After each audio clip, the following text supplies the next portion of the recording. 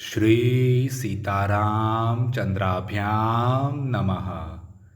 अरण्यकांड, पहला सर्ग। श्री राम, लक्ष्मण और सीता का तापसों के आश्रम मंडल में सत्कार। दंडकारण्य नामक महान वन में प्रवेश करके मन को वश में रखने वाले दुर्जय वीर श्री राम ने तपस्वी मुनियों के बहुत से आश्रम देखे। वहाँ कुश और वल्कल वस्त्र फैले हुए थे।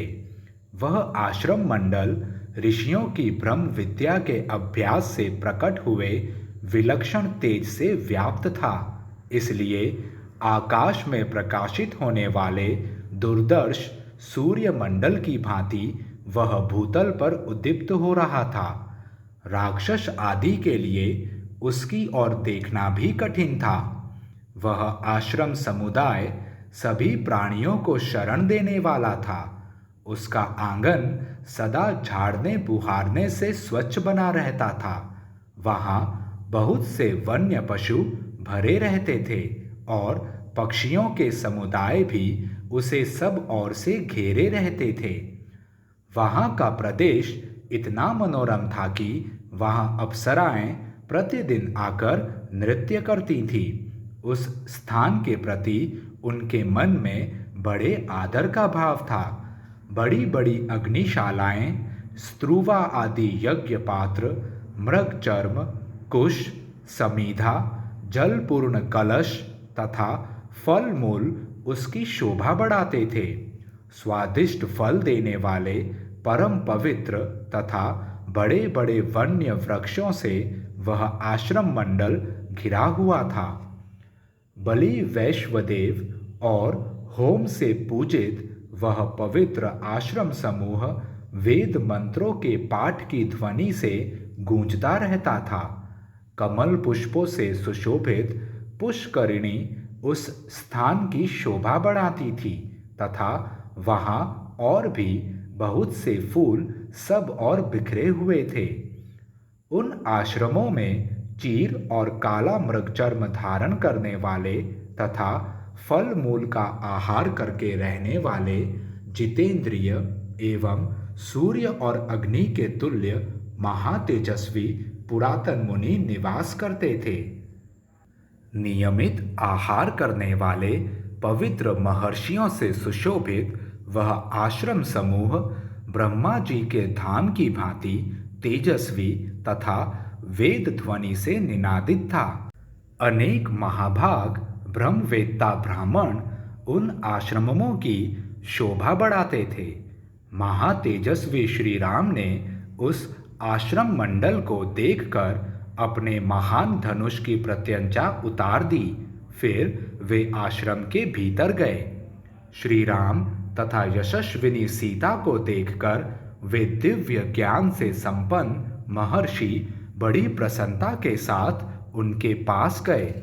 दृढ़तापूर्वक उत्तम व्रत का पालन करने वाले वे महर्षि उदय काल के चंद्रमा की भांति मनोहर धर्मात्मा श्री राम को, लक्ष्मण को और यशस्विनी विदेह राजकुमारी सीता को भी देखकर उन सबके लिए मंगलमय आशीर्वाद देने लगे। उन्होंने उन तीनों को आदरणीय अतिथि के रूप में ग्रहण किया। श्री राम के रूप, शरीर की गठन, कांति, सुकुमारता तथा सुंदर वेश को उन वनवासी मुनियों ने आश्चर्यचकित होकर देखा। वन में निवास करने वाले वे सभी मुनि श्री राम, लक्ष्मण और सीता तीनों को एकटक नेत्रों से देखने लगे। उनका स्वरूप उन्हें आश्चर्यमय प्रतीत होता था। समस्त प्राणियों के हित में तत्पर रहने वाले उन महाभाग महर्षियों ने वहाँ अपने प्रिय अतिथि इन भगवान श्री राम को पर्णशाला में ले जाकर ठहराया। अग्नितुल्य तेजस्वी और धर्मपरायण उन महाभाग मुनियों ने श्री राम को विधिवत सत्कार के साथ जल समर्पित किया। फिर बड़ी प्रसन्नता के साथ मंगल सूचक आशीर्वाद देते हुए उन महात्मा श्री राम को उन्होंने फल मूल और फूल आदि के साथ सारा आश्रम भी समर्पित कर दिया।